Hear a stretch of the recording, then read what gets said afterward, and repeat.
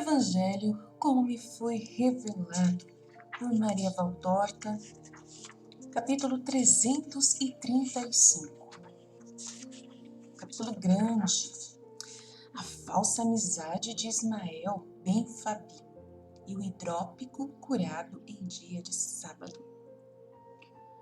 Valtorta descreve a visão do dia 11 de setembro de 1944. Vejo Jesus caminhar rapidamente por uma estrada mestra, que o vento frio de uma manhã de inverno está varrendo e endurecendo. Os campos de um lado e do outro da estrada têm apenas uma rala penugem das plantações que despontam uma coberta verde na qual há uma promessa de futuro pão, mas uma promessa na qual mal se acaba de pensar. Há sulcos sombreados ainda privados deste verde abençoado, e somente os que estão nos pontos mais ensolarados é que mostram um verdejar muito leve já festivo, porque fala da próxima primavera. As árvores frutíferas ainda estão nuas, nem mesmo um broto desabrocha sobre os seus ramos escuros. Somente as oliveiras possuem o seu eterno cinzento verde, tristes tanto sob o sol de agosto como sob esta claridade do começo de uma manhã de inverno. E junto com elas mostram seu verde, um verde pastoso de cerâmica que acabam de ser pintadas, as folhas carnudas das cactáceas. Jesus caminha como de costume a 2 ou 3 passos à frente dos discípulos. Todos estão bem cobertos com suas capas de lã. Em certo ponto, Jesus para e se vira, interpelando os discípulos. Conheces bem este caminho? O caminho é este, mas onde está a casa não se sabe, porque ela fica para dentro do terreno, talvez esteja lá adiante, onde se vêem aquelas oliveiras. Não, deve ser mais para o fundo, onde estão aquelas árvores grossas e sem folhas. Devia haver uma estrada para os carros. Em suma, não sabem nada de preciso. Pessoas pela estrada ou pelos campos não se veem. Vão indo ao acaso para a frente procurando o caminho. Encontram então uma casinha de gente pobre com 2 ou 3 pequenos campos ao redor.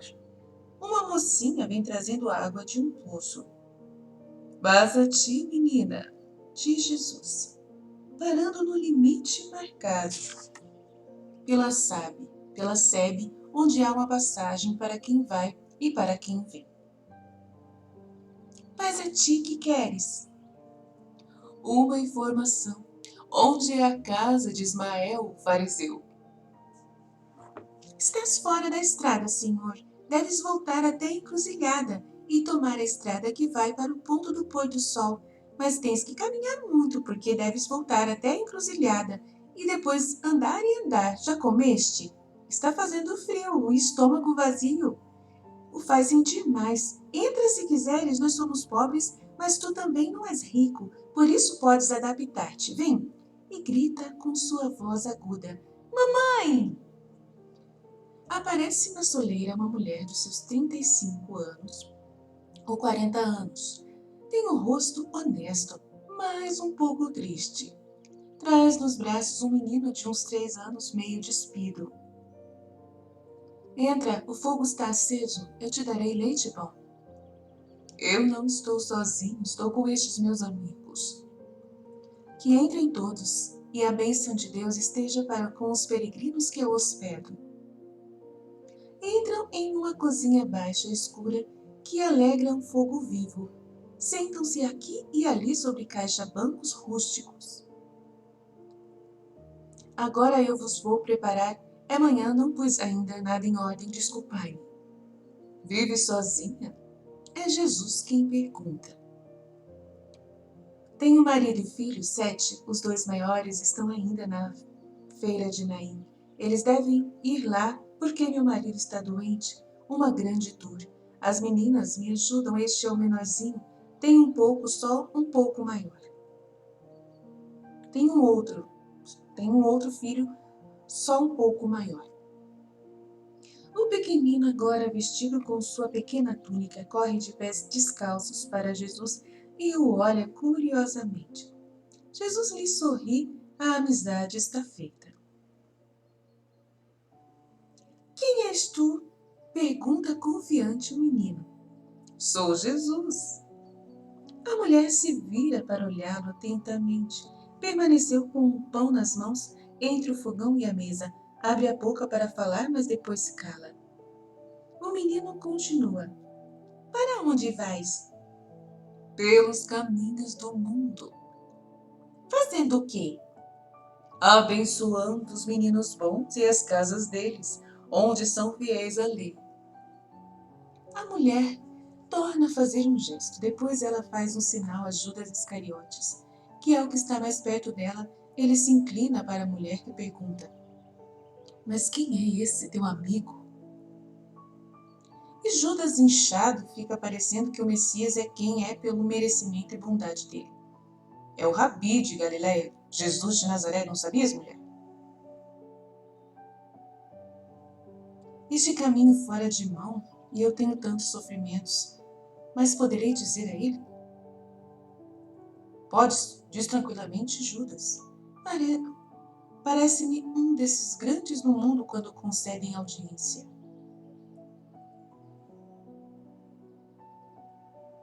Jesus continua a falar com o menino, que lhe pergunta se ele tem meninos também.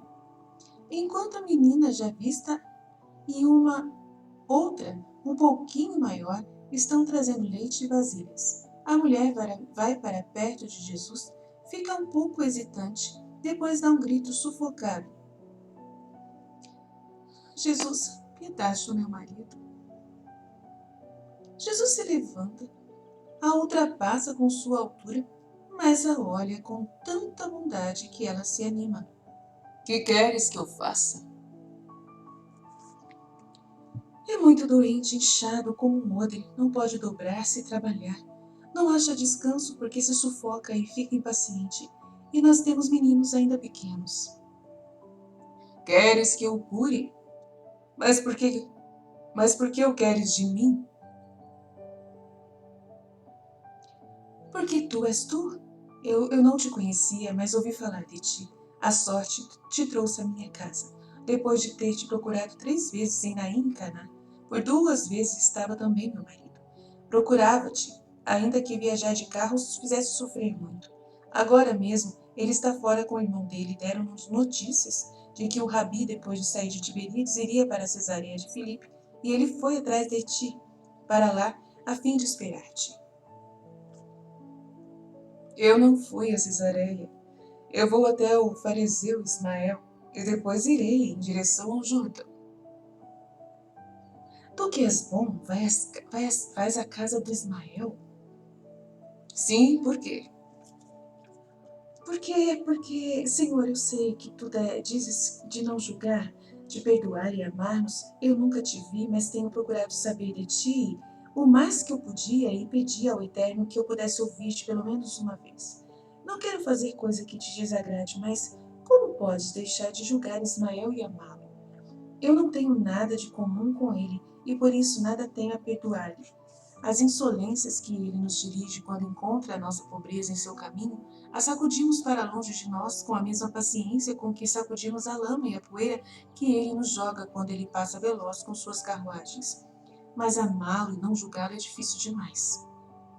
Ele é muito mau. É muito mau com quem? Com todos. Oprime os servos, empresta com usura e exige cruelmente. Só se ama a si mesmo. É o homem mais cruel desta região. Não merece, Senhor. Eu sei. Tu dizes a verdade. E tu vais lá? Ele me convidou. Desconfia, Senhor. Ele não terá feito por amor. Não te pode amar e tu não podes amar. Eu amo até os pecadores, mulher. Eu vim para salvar a quem se perdeu. Mas a este não salvarás. Perdão por ter julgado, tu sabes. Tudo o que fazes está bem. Perdoa a minha língua estulta e não me castigues. Eu não te castigo, mas não faças mais. Ama mesmo os malvados. Não pela malvadeza, mas porque é com o amor que se obterá a misericórdia que converte. Tu és boa e desejosa de o ser ainda mais. Tu amas a verdade e a verdade que está te falando agora. Te diz que te ama, porque és piedosa segundo a lei para com o hóspede ou peregrino, e assim é que tens educado os teus filhos. Deus será tua recompensa. Eu devo ir à casa de Ismael, que me convidou para mostrar-me a muitos amigos seus que me querem conhecer. Eu não posso atender mais do que a teu marido, saibas. Já está no caminho de retorno. Mas dize a ele que sofra ainda um pouco e vá logo à casa de Ismael. Vai tu também, eu o curarei. Ó Senhor, a mulher está de joelhos aos pés de Jesus e olha para ele rindo e chorando. Depois ela diz, mas hoje é sábado. Eu sei. Eu preciso que seja um sábado para que possa dizer alguma coisa a Ismael a respeito disso. Tudo o que eu faço, faço com um fim claro e sem erro. Ficais sabendo disso todos, também vós, meus amigos, que estáis com medo e quereríeis que eu seguisse uma conduta segundo as conveniências humanas, para não ficar prejudicado em nada. É o amor, sim, que vos guia, eu sei, mas precisais saber amar melhor do que amais, não desprezando nunca os interesses divinos por causa do interesse do vosso amado. Mulher, eu vou e te vou atender. A paz seja perene nesta casa, onde se ama Deus e a sua lei, e é respeitado o cônjuge e educado santamente a prole, onde o próximo é amado e procurada a verdade. Adeus. Jesus pôs a mão sobre a cabeça da mulher e das duas jovenzinhas. Depois se inclina para beijar os meninos menores e sai. Agora um sol de inverno tempera a aspereza do ar. Um rapazinho de uns 15 anos está esperando com um carro rústico muito desconjuntado. Só tenho este, senhor, mas sempre irá mais depressa e com mais comodidade. Não, mulher, conserva descansado o cavalo, para irdes com ele à casa de Ismael. Mostre-me somente a estrada mais breve. O rapazinho se põe ao seu lado e por campos e prados vão em direção de uma ondulação do terreno, além da qual há uma grande depressão de alguns hectares, bem cultivada, ao no centro da qual há uma bonita casa larga e baixa, cercada por uma faixa de jardim bem tratado. A casa é aquela, senhor, disse o rapaz. Se não precisas mais de mim, vou voltar para casa a fim de ajudar minha mãe. Vá, vai ser sempre um bom filho, Deus está contigo. Jesus entra na suntuosa casa de campo do Ismael. Os servos em grande número correm ao encontro do hóspede certamente esperado. Outros vão avisar o patrão, o qual sai com grandes inclinações ao encontro de Jesus. Seja bem-vindo, mestre, à minha casa. Paz a ti, Ismael, bem família. Desejaste-me? Eu vim. Por que me querias aqui? Para ser honrado por ter-te em minha casa e apresentar-te aos meus amigos, quero que sejam também teus amigos, como quero que tu sejas meu amigo. Eu sou amigo de todos, Ismael. Eu sei, mas sabes, é bom ter amizades entre os grandes, e a minha e a dos meus amigos são assim. Tu perdoa se te digo. Descu Descuidas muito daqueles que te podem dar uma mão. E tu és um desses? Por quê? Eu sou desses porque eu te admiro e quero que tu sejas meu amigo. Amigo? Mas sabes tu, Ismael, qual o significado que eu dou a essa palavra? Para muitos, amigo quer dizer conhecido, para outros, cúmplice, para outros, servo. Para mim quer dizer fiel à palavra do Pai. Quem não for assim não pode ser meu amigo, nem eu dele. É por isso mesmo, justamente porque eu quero ser fiel, que eu quero a tua amizade. Se não acreditas, olha, eis Eleazar que chega, pergunta a ele como eu te defendi junto aos anciãos. Eleazar, eu te saúdo, vem, que o Rabi quer te perguntar uma coisa. Grandes saudações e recíprocos olhares indagadores. Diz-me tu, Eleazar, o que foi que eu falei do mestre na última vez que estivemos reunidos? Diz Ismael. E depois se vai deixando o amigo junto a Jesus. Um verdadeiro elogio, uma defesa bem apaixonada, um grande desejo de ouvir-te me veio. Então, por quanto Ismael falou de ti, mestre, como do maior profeta que já veio no povo de Israel, recordo-me que disse que ninguém tem palavras mais profundas do que as tuas, fascínio maior, e que se, como sabes falar, souberes também manejar a espada, não haverá rei maior do que tu em Israel. O meu reino não é humano. Esse meu reino não é humano, Eleazar. Mas o rei de Israel. Abram-se as vossas mentes para compreender o sentido das palavras arcanas. Virá o reino do Rei dos Reis, mas não segundo as medidas humanas, mas para o que parece, mas para o que é eterno. Não? Desculpa, gente, eu li errado. Abram-se as vossas mentes para compreender o sentido das palavras arcanas. Virá o reino do Rei dos Reis, mas não segundo as medidas humanas, não para o que perece, mas para o que é eterno. A ele se chega, não por um caminho florido de triunfos, nem sobre tapetes encarnados pelo sangue inimigo, mas por um áspero caminho de sacrifício e pela humilde escada do perdão e do amor. As vitórias contra nós mesmos é que nos darão este reino. E queira Deus que a maior parte de Israel possa entender-me, mas não será assim. Vós pensais no que não é. Na minha mão haverá um cetro, e o povo de Israel é que nela o terá colocado. Real e eterno, nenhum rei poderá tirá-lo da minha casa. Mas muitos em Israel não poderão sem fremirem de horror, porque ele terá um nome terrível para eles. Um nome terrível para eles. Tu não nos acha capazes de seguir-te? Se o quisesses, poderíeis, mas não quereis. E por que não quereis? Vós já sois anciãos, a idade deveria dar-vos compreensão e justiça. Justiça também para convosco mesmos. Os jovens, esses poderão errar e arrepender-se depois, mas vós, a morte está sempre perto dos anciãos. Eleazar, tu estás menos enredado nas teorias de muitos dos teus semelhantes. Por isso abre teu coração à luz. Ismael volta com 5 outros pomposos fariseus. Vem depois da casa, diz o dono dela.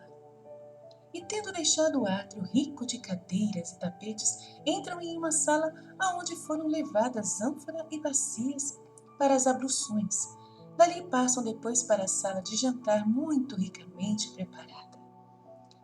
Jesus fica ao meu lado, entre mim e Eleazar, ordena o dono da casa. E Jesus, que se havia detido no fundo da casa, junto aos discípulos um pouco atemorizados e abandonados, deve ir sentar-se no ponto de honra. O banquete começa com numerosos pratos de carne e de peixe assados. Vinhos e, ao que me parece, licores, ou pelo menos água com mel, passam e repassam. Todos procuram fazer Jesus falar. Um velho, todo trêmulo, pergunta com a voz rouca de decrépito. Mas é verdade o que diz por aí, que tu pretendes anular a lei?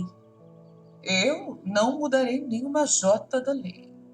Antes, eu vim justamente para torná-la de novo íntegra, como foi dada a Moisés. Quer dizer que foi mudada?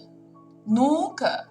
Apenas ela teve a triste sorte de todas as coisas excelentes, quando são postas nas mãos do homem. Que queres dizer? Explica-te. Eu quero dizer que o homem, por uma antiga soberba ou pelo antigo estímulo da tríplice luxúria, quis retocar a reta palavra e fez dela uma coisa que oprime os fiéis, enquanto que para os retocadores ela não é mais do que um amontoado de frases que vão sendo impingidas aos outros. Mas, mestre, os nossos rabinos? Isso é uma acusação. Não nos decepciones em nosso desejo de te ajudar. Eles têm razão de dizer-te rebelde.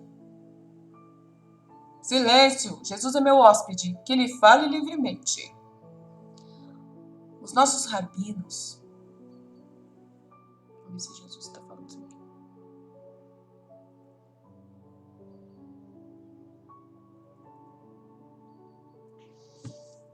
Acho que é Jesus. Os nossos rabinos começaram seus grandes trabalhos com a santa intenção de tornar mais fácil a aplicação da lei. O próprio Deus começou esta escola quando às palavras dos 10 mandamentos ele acrescentou muitas minuciosas elucidações. Isto para que o homem não tivesse a desculpa de dizer que não tinha conseguido entender.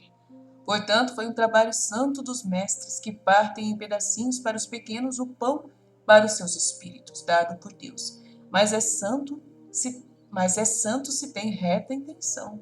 E isso nem sempre aconteceu. E hoje em dia é o menos que nunca. Mas por que quereis que eu fale? Vós que vos sentis ofendidos quando eu vos enumero as culpas dos mais poderosos? Culpas, que culpas temos nós? Eu gostaria que tivesse só méritos.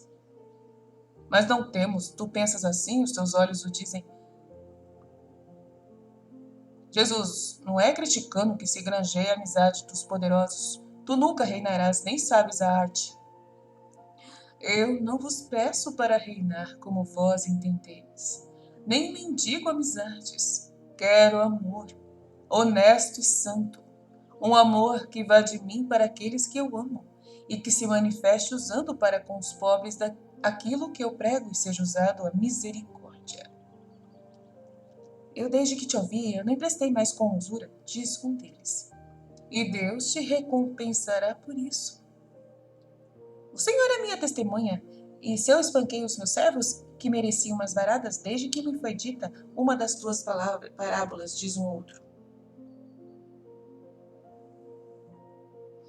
Ele falou assim, o Senhor é minha testemunha, e se eu espanquei os meus servos, que mereciam umas varadas, desde que me foi dita uma das tuas palavras, diz um outro.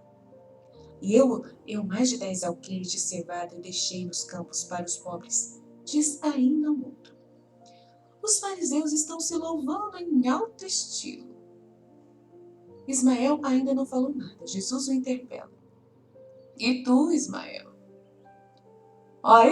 Eu sempre usei de misericórdia e não tenho nada mais a fazer do que continuar como sempre fiz. Boa coisa para ti, porque se assim é realmente, tu és um homem que não conhece o que são os remorsos. É certo que não. Jesus o transpassa com seus olhos de safira. Eliezer lhe toca com a mão no braço. Mestre, escuta, eu tenho um caso especial para submeter ao teu parecer. Eu adquiri faz pouco tempo uma propriedade de um infeliz que se viu arruinado por uma mulher. Ele me vendeu, mas sem dizer-me que nela morava uma velha serva, a sua nutriz já cega e meio rebetizada.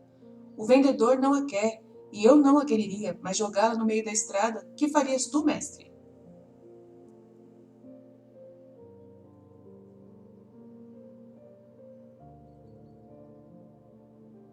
E tu, o que faria se tivesse de dar conselho a outro? Jesus que falou. E tu, o que faria se tivesses de dar um conselho a outro? Eu diria, conserva. Não será por um pão que irás ficar arruinado. E por que falarias assim?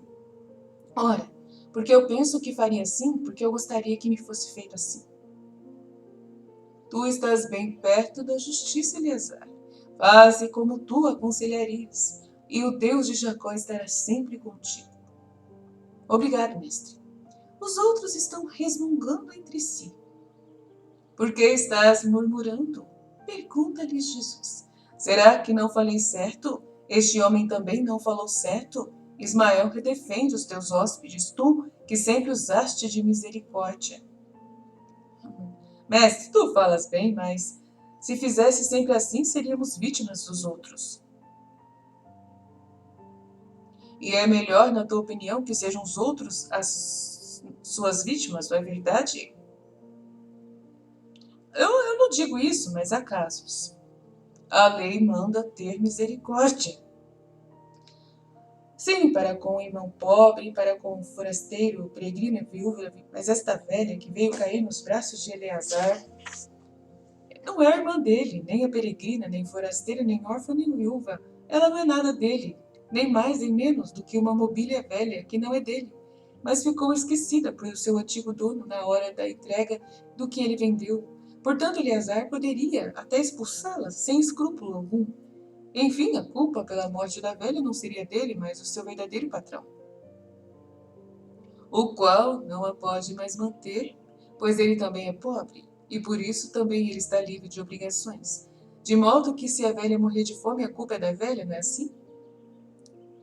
Assim é, mestre. Esta sorte dos que não servem mais para nada, os doentes, os velhos e incapazes, esses estão condenados à miséria, à mendicância, e a morte é a melhor coisa para eles. Assim foi desde que o mundo existe, assim será. Jesus, tem misericórdia de mim! É uma voz lamentosa que entra pelas janelas abertas, pois a sala está fechada e com os lampadários acesos, talvez fechada por causa do frio. Quem está me chamando? Só pode ser algum importuno. Eu vou fazer que o expulsem, ou talvez seja algum mendigo, farei que lhe dê um pão. Jesus, eu estou doente, salva-me. Eu já disse, é o importuno, vão castigar os servos por terem deixado passar. Ismael se levanta. Mas Jesus, mais novo do que ele, pelo menos uns 20 anos, e mais alto a partir da base do pescoço para cima, faz que ele se assente, pondo-lhe a mão no ombro e dando-lhe esta ordem. Fica quieto aí. Ismael, eu quero ver quem é esse que está me procurando. Fazer que ele entre. Entra um homem de cabelos ainda pretos, por ter uns 40 anos, mas está inchado como uma barrica, e amarelo como um limão maduro. Tem os lábios arroxeados e semiabertos em uma boca ofegante.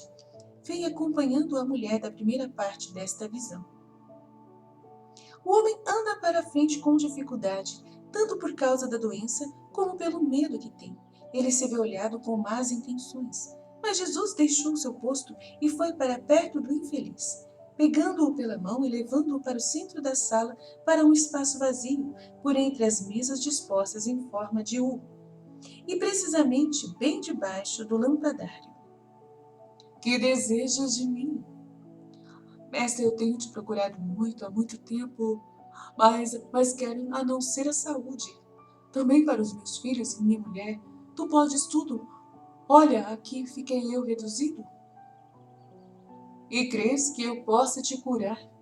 Se eu creio, cada passo que eu dou é para mim uma dor, cada sacudidela um sofrimento.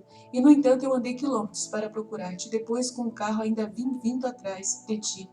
Mas nunca te alcançava. Se eu creio, eu estou espantado. É por não estar ainda curado, quando a minha mão está dentro da tua. Pois tudo é de ti, santo, ó santo de Deus. O pobrezinho sopra como uma folha por causa do esforço que fez para dizer todas aquelas palavras. A mulher olha para o marido e para Jesus e chora. Jesus olha para eles e sorri, depois se vira e pergunta. Tu, velho escriba, dirija-se ao velho trêmulo que falou por primeiro. Responde-me, é permitido curar aos sábados? Aos sábados não é permitido fazer obra alguma. Nem mesmo salvar alguém do desespero, isso não é um trabalho braçal. O sábado é consagrado ao Senhor. Que obra mais digna de um dia sagrado do que a de fazer que um filho de Deus possa dizer ao Pai, eu te amo e te louvo porque me curaste. Isso ele deve fazer mesmo que seja um infeliz. Cananias está sabendo que neste momento teu bosque mais bonito está completamente incendiado e que em toda a encosta do Hermon se está refletindo a cor púrpura das chamas? Claro, não sei se é Jesus que falou isso. Não sei. Cananias, estás sabendo que neste momento teu bosque mais bonito está completamente incendiado, e que em toda a encosta do Hermon se está refletindo a cor púrpura das chamas? O velhinho dá um salto como se uma cobra o houvesse picado. Mestre, estás dizendo a verdade ou estás brincando? Eu digo a verdade. E estou vendo e sei. Oh, infeliz de mim, meu bosque mais belo. São milhares de ciclos que viraram cinza ou maldição. Que sejam malditos os cães que nele puseram fogo. Que pegue fogo nas vísceras deles, como pegou nas minhas árvores. O velhinho está desesperado. É apenas um bosque, Cananias. E tu te lamentas tanto. Por que não dás louvor ao Senhor no meio desta desventura? Este homem aqui não está perdendo a madeira das árvores que tornam a nascer, mas tem a vida e o pão dos filhos, e deveria ele dar o louvor como tu disses. E você agora mesmo não deu louvor a Deus. Portanto, escriba, não será lícito curar este aqui num sábado? Maldito sejas tu, ele o sábado. Eu tenho coisa bem diferente em que pensar. E tendo dado empurrão em Jesus, que lhe havia posto uma mão sobre o braço, sai dali furioso. E ouve-se como ele brada, com sua voz rouca que lhe traga o seu carro. E agora? Pergunta Jesus, correndo o olhar sobre os outros. E agora? Dizei-me, é lícito ou não? Ninguém lhe responde. Eleazar inclina a cabeça depois de ter entreaberto os lábios, em que ele torna a cerrar, tingido pelo ar gelado que desceu sobre todos da sala. Pois bem, eu vou falar, diz Jesus. Ele está impressionante e trovejante. Ele está impressionante e trovejante em seu aspecto e sua voz, como acontece sempre quando ele está para operar um milagre. Eu vou falar e falo, e digo, homem, que te seja feito conforme a tua fé. Tu estás curado, dá louvor ao Eterno e vai em paz. O homem fica como se fosse uma estátua. Talvez até pensasse que iria ficar de repente esbelto como era antes. E lhe parece que não está curado, mas que era que ele está sentindo, ele dá um grito de alegria. E se joga aos pés de Jesus e os beija. Vai, ser sempre bom a Deus. O homem sai acompanhado da mulher, que até o fim se vira para saudar a Jesus. Mas, mestre, na minha casa em dia de sábado. Tu não aprovas? Eu sei, e por isso eu vim. Tu, meu amigo, não, meu inimigo, não és sincero comigo nem com Deus. E ainda me ofendes agora? Não, eu digo a verdade.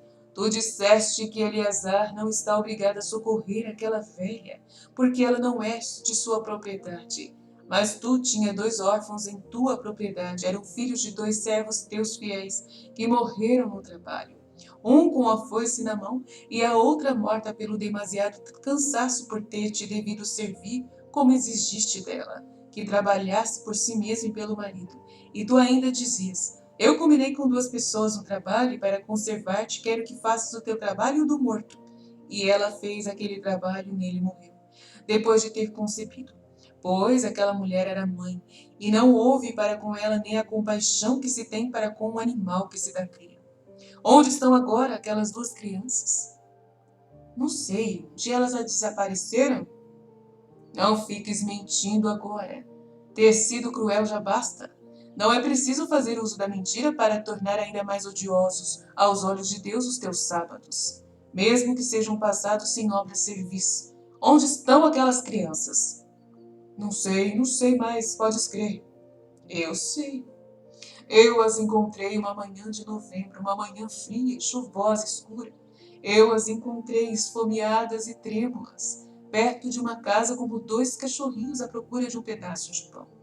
Malditas e expulsas por quem tinha as vísceras de um cão.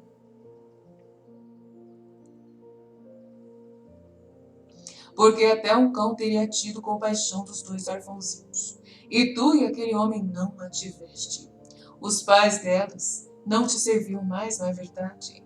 Eles tinham morrido. Os mortos só podem chorar em seus sepulcros, ao ouvirem soluços dos seus infelizes filhos, que os outros ainda desprezam.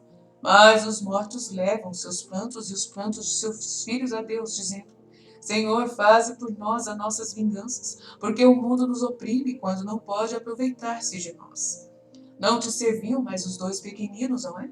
Sim e não, já que a menina servia para respigar, e tu os expulsastes, negando-lhes até aqueles poucos bens que eram do pai e da mãe deles. Podiam morrer de fome como dois cães em algum carreador. Podiam viver tornando-se ele um ladrão e ela uma prostituta, porque a fome leva ao pecado. Mas que te importava isso? Há pouco tempo tu citavas a lei em apoio de suas teorias. Pois então a lei não disse: não façais mal à viúva e ao órfão, porque se lhe o fizeres, e eles levantarem suas vozes recorrendo a mim, eu ouvirei o grito deles, e o meu furor dardejará raios.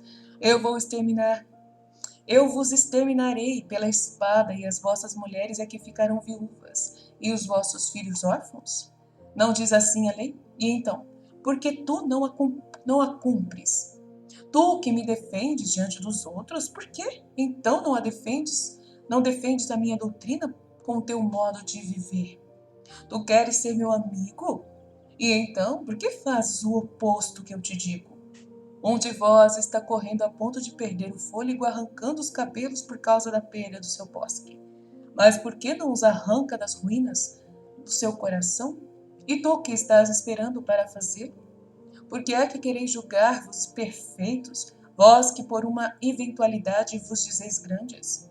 E se eu fosses em alguma coisa, por que é que não procurais sê-lo em tudo? É porque me odiais, por descobrir eu as vossas mazelas. Eu sou o médico de vossas almas. Pode um médico curar se ele não descobrir e limpar as feridas? Mas não sabeis vós que muitos, e aquela mulher que acabou de sair é uma, merecem o primeiro lugar no banquete de Deus, ainda que na aparência eles sejam os pobres desprezíveis. Não é a parte de fora, mas a de dentro, é o coração, é o espírito que vale. Deus vos vê lá do alto do seu trono, e ele vos julga. Quantos deles não vê ele como melhores do que vós? Então escutai, como regra, agis sempre assim. Quando vos convidarem para um banquete de casamento, e de ocupar sempre o último lugar, porque depois vos sentireis honrados com dupla honra quando o dono da casa vos disser: meu amigo, vem mais para diante. Será uma honra por merecimento e uma honra para vossa humildade. Enquanto que triste hora para um soberbo ter que ficar envergonhado ao ouvir que lhe dizem: vai para o fundo, porque aqui está alguém que é mais do que tu. Pois bem, fazei o mesmo quando se trata do banquete secreto do vosso espírito e suas núpcias com Deus. Quem se humilha será exaltado, e quem se exalta será humilhado. Ismael, não fiques com raiva de mim, que estou te curando. Eu não te tenho ódio, eu vim para curar-te. Tu estás mais doente do que aquele homem. Tu me convidastes para dar um brilho a ti mesmo e para satisfazer os amigos, a maior parte deles sem vontade, por soberba e para se alegrarem. Não faças assim. Não convides os ricos, os amigos, os parentes, mas abre a tua casa. Abre o teu coração aos pobres, aos mendigos, aos aleijados, aos coxos, aos órfãos e às viúvas.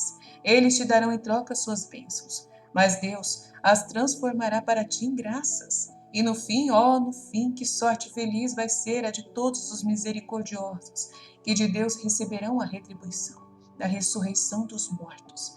Ai daqueles que acariciam somente a esperança de levar vantagem e depois fecham seus corações ao irmão, que não lhes pode mais servir. Ai deles, eu faria vingança pelos abandonados. Mestre, eu queria te contentar, vou tomar ainda aquelas crianças. Não, por quê? Ismael. Ismael abaixa a cabeça. Ele quer fazer-se de humilde, mas é uma víbora da qual se espremeu o veneno e não morde porque sabe que está sem ele, e fica esperando, porém, para morder. Eleazar procura ter paz, dizendo: feliz daqueles que se banqueteiam com Deus e seus espíritos e no reino eterno, mas podes crer, mestre, por vezes é a vida que lhes cria obstáculos para isso, os cargos, as ocupações. Jesus diz aqui a parábola do banquete e termina: os cargos, as ocupações, tu disseste. É verdade, mas por isso é que eu te disse, no começo deste banquete, que o meu reino se conquista com vitória sobre si mesmos, e não com a vitória das armas em campo de batalha. O lugar da grande ceia é para estes humildes de coração, contanto que aquele coração queira, e basta uma palavra, e eu vos tenho dito tantas, e fico olhando, em um coração está nascendo uma planta santa, em outro há espinheiros para mim, e dentro dos espinheiros há áspides e escorpiões. Não importa, eu vou pelo meu caminho reto, quem me ama que me siga. Eu vou indo e chamando, os que são retos venham a mim.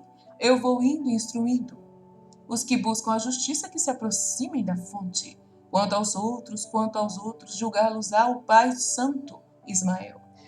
Eu te saúdo, não me odeies, medita e acredita que eu fui severo por amor, não por ódio. Paz a esta casa e aos seus moradores, paz a todos se merecerdes a paz. E assim termina a visão verde.